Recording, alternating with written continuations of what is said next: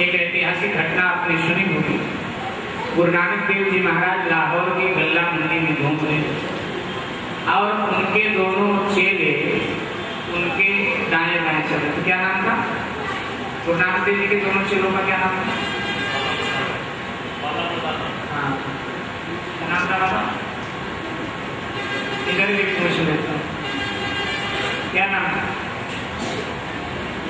बाबू जी बता रहे, सुना बाला मर्दाना। बड़े भाग्यशाली थे दोनों। गुरु जी जहां भी गए इन दोनों को साथ ले, जहां भी गए, चाहे वो कैलाश पर शिव से मिलने में, चाहे विदेशों से मिलने में, काबू से मिलने, जहां गए दोनों साथ। आहा कितनी कृपा कर दी। घूम रहे थे लाहौर की गल्ला में, अपनी मौज को साधु अपनी मौज में घूमता। अब अचानक गुरु नानक देव जी हंसने लगे। दोनों ने पूछा, गुरु जी हंस क्यों रहे? गुरु नानक देव जी ने कहा, ये नहीं साधु से पूछा जाता है भाई, तो आई मौज फकीर की और दिया झोपड़ा। ये तो मौज है साधु। नहीं महाराज बता। बोले अभी अभी वो बकरा आया और दुकानदार से गेहूं की पूरी में मुंह डालकर गेहूं खाने लगा। दुकानदार ने बकरे को मारा और चिल्लाता हुआ भगा तो मुझे हंसी आ। बोले जी इसमें हंसने की क्या बात है महाराज? बोले हंसने की बात है बेटा, ये जो बकरा है ये दुकान का असली मालिक, जिसने डंडा मारा है ना इसका बेटा है। इस सेठ की कोई संतान नहीं हो रही थी, इसने अनगिनत बार जहांगीर की यात्रा की तरह से एक बेटा मिला यही। लेकिन जब ये मर रहा था तो इसका दुकान में बेटे में लगा हुआ था, मेरे दुकान का क्या होगा, मेरे बेटे का क्या? भगवान ने बकरा दिया, अहंकारी लोग था, इसलिए भगवान ने इसको बकरा बना के भेज दिया कि उसी शहर में तुझे भेज देता हूँ बकरा बनाकर। अपने बेटे से भी मिल लिया करना, दुकान भी दे दिया। अब बकरे को पता है ये मेरा बेटा है, मेरी दुकान है, मिलने आता है तो सोचता है भूख लगी है थोड़ा खा लूं दुकान को अपनी। लेकिन उसको क्या पता कि मेरा बाप पे बकरा बनकर आया है बार बार। वो मारता रोज मारता है इसको, रोज इसे चिल्ला चिल्ला के भागता है। गुरु नानक देव जी ने कहा, मुझे हंसी आई कि मृत्यु के समय अगर कोई ईश्वर का चिंतन करता तो मुक्त हो जाता, ये डंडे न मिलते। लेकिन भूल किया भूल का फल। मेरे भाई जैसी कामना होती है मृत्यु के समय वैसी होनी होती है। जड़ भरत को मृत्यु होगी, लेकिन जड़ भरत ने जो साधना किया था, भजन किया था, उसका प्रभाव भी जीवन में भगवान ने उनके बनाया। मृग की योनि तो मिली, लेकिन जड़ भरत को अपना पिछला जन्म सब याद है। मृग की योनि में भी याद है पिछला सब, इसलिए जब भरत इस बार सावधान है मृग के शरीर में, मुझे कहीं फंसना नहीं है। जैसे तैसे मृग की आयु पूरी हुई, मृत्यु हो गई मृग की। अब पुनः ब्राह्मण के परिवार में जड़ भरत को जन्म मिला। बड़े सब पिछला याद है, इसलिए जड़ भरत सावधान है। सोचा अगर परिवार में हम समझदारी से पेश आएंगे, परिवार के लोग हमें प्रेम करेंगे। समझदारों से ही तो लोग प्रेम करते हैं, नालायक से तो कोई प्रेम करता। जड़ भरत ने सोचा समझदारी से रहेंगे तो लोग प्रेम करेंगे, और परिवार के लोग हमें प्रेम करेंगे तो हमारा प्रेम भी परिवार में हो जाएगा। ये दोनों ओर प्रेम बनता है। प्रेम एक पक्षी नहीं होता, दो पक्षी होता है, दोनों ओर प्रेम बनता है। इसलिए जब बहरे बन गए, बहरे थे नहीं बन गए, गूंगे बन गए, बड़े हो गए। परिवार वालों ने कहा है तो बहरा भी है, किसी का माता पिता के तब तक आदर होता रहा, भोजन वस्त्र मिलता रहा। लेकिन जब माता पिता मर गए तो भाइयों ने कहा ये तो बेकार का किसी काम का नहीं, इसको मार पीट कर घर से भगा दो और इसके हिस्से की जो जमीन जायदाद है आपस में बांट दो। परिवार के लोगों ने मार पीट कर जड़ भरत को घर से बाहर कर दिया।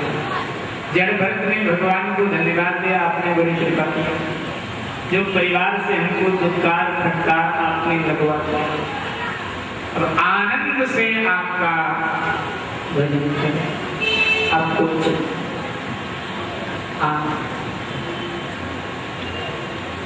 आपका जड़ भरत निकल पड़े।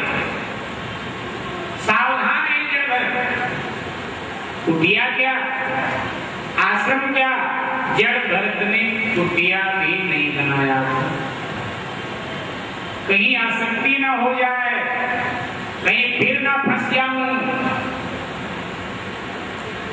ये नहीं कपड़ा भी, वो जो कपड़ा पहन के निकले थे वो फट के शरीर से निकल गए। आप कोई वस्त्र भी नहीं कि कोई किसी से मांग के दंडक ले, नहीं। ये पृथ्वी ही मेरा बिछौना है और ये आकाश ही मेरा चादर है। कुछ मिल गया नहीं, स्वतः अपने आप मिल गया, खा लिया। नहीं मिला कोई चिंता, शायद व्रत करवाना चाहता है भगवान, से व्रत करो। इस प्रकार से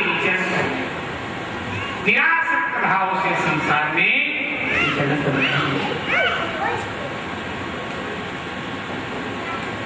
एक दिन शोभीर देश का राजा रघुगण शयन करने के लिए निकला था, जा रहा था पालकी में।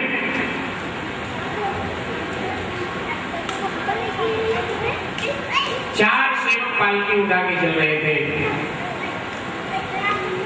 सुखदेव जी महाराज वर्णन करते हैं कि राजन एक सेवक कमजोर था, नहीं ठीक से चल पा रहा। इतने में रघुगण की दृष्टि जड़ भरत पर पड़ी हो जा रहे, तो सैनिकों से कहा एक मोटा तगड़ा आदमी नंग धड़क हो जा रहा है, पकड़ लाओ। निकाल के राजा के सैनिकों ने जड़ भरत को पकड़ लिया और कहा चल के महाराज की पालकी उठा। जड़ भरत शरीर से बड़े मोटे थे, कोई चिंता है नहीं तो शरीर स्वस्थ रहे। क्या गई चिंता मिटी मनुआ के परवाह, जाको कछु न चाहिए सो साहू आशा।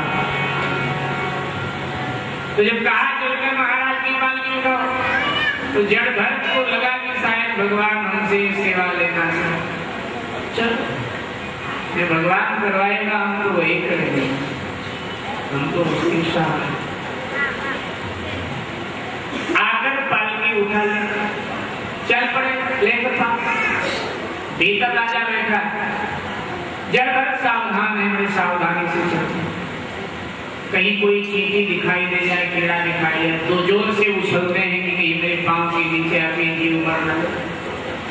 और जब जोर से उछलते हैं तो पालकी भी उछलती है। पालकी में राजा बैठा है तो वो भी उछलता है, तो ऊपर का जो लकड़ी है ऊपर की राजा के सर में बांध कर राजा क्रोधित हो गए। उसने जड़ भरत को फटकार लगाए, ढंग से चल, ये पता नहीं मैं सोबीर देश का राजा रघुगण हूं, तलवार दिखाया मार दूंगा तुझे। और जब तलवार दिखाया तो जड़ भरत ठहाका मारकर हंसने लगे। हमको मार देगा? हाँ, लेकिन तू क्या, हमें तो दुनिया की कोई शक्ति मार ही नहीं सकती। भूल जा मैं मरने वाला नहीं। तो उसने फिर कहा तुझे पता नहीं मैं राजा, मैं राजा हूं, हमें कोई नहीं मार सकता। राजन मैं शरीर नहीं हूं, मैं आत्मा हूं। आत्मा परमात्मा का अंश है। जब परमात्मा कभी मरता नहीं तो आत्मा कैसे मर सकती? मैं शरीर में रहता हूं लेकिन मैं शरीर नहीं हूं।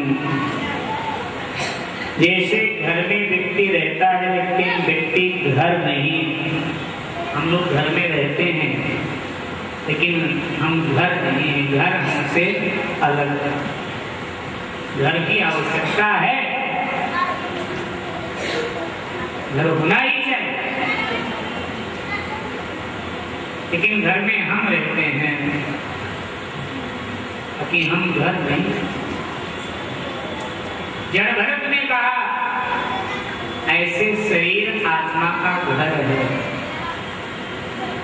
आवश्यकता है शरीर, लेकिन बोले शरीर में आत्मा।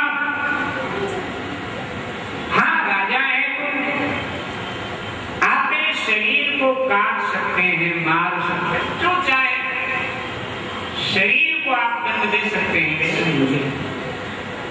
जब इस प्रकार से जड़ भरत बोलने लगे, राजा रघुगण को लगा वो ये तो कोई सिद्धि संत है, पहचानने में मैंने भूल किया, अपराध।